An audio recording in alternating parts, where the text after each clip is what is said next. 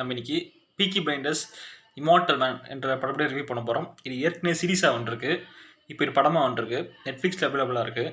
இந்த படத்தோட ஒன்லைன் பார்த்தீங்கன்னாக்கா, நாசி குரூப் வந்து ஃபேக் கரன்சி அடித்து பிரிட்டிஷோட எக்கனாமியை ஸ்பாயில் பண்ண பார்க்குறாங்க. அதே சமயத்தில் நாசி வந்து பிரிட்டிஷ் மிலிட்ரி கேம்பை இருக்கிற வெப்பன்ஸை மேக் பண்ண இடத்த அட்டாக் பண்ணுறாங்க. அங்கே நிறைய பேர் இறந்து போகிறாங்க. இதை பேஸ் பண்ண அந்த கடை இருக்குது. Script wise okay, but screen play match ஆகலாம் சொல்லி ஆகணும்.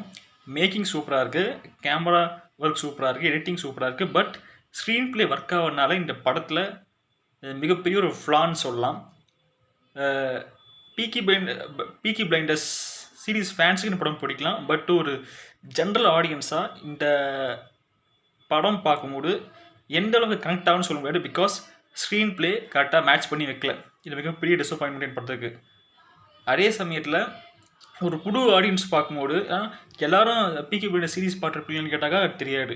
நிறைய பேர் பார்த்துருப்பாங்க. பட் நியூவாக பார்க்குறவங்களுக்கு இந்த படம் வந்து திருப்பியும் சொல்கிறேன், கனெக்ட் ஆகுமான்னு தெரியல. பட் இந்த படத்துக்கு மிகப்பெரிய ஒரு ப்ளஸ் பார்த்தீங்கன்னாக்கா, ஸ்கிரிப்ட் ஒர்க் நல்லா பண்ணியிருக்காங்க, ரிசர்ச் ஒர்க்கும் நல்லா பண்ணியிருக்காங்க.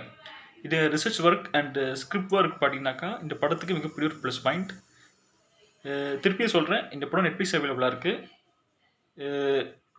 இந்த படம் போர் அடித்தா பார்க்கலாம், மஸ்ட் வாட்ச் கேட்டிங்கனாக்கா அது எனக்கு தெரியல. இந்த படத்துக்கு நம்ம 100க்கு 55 மார்க் தாராளமாக போடலாம். That's all. தேங்க்யூ.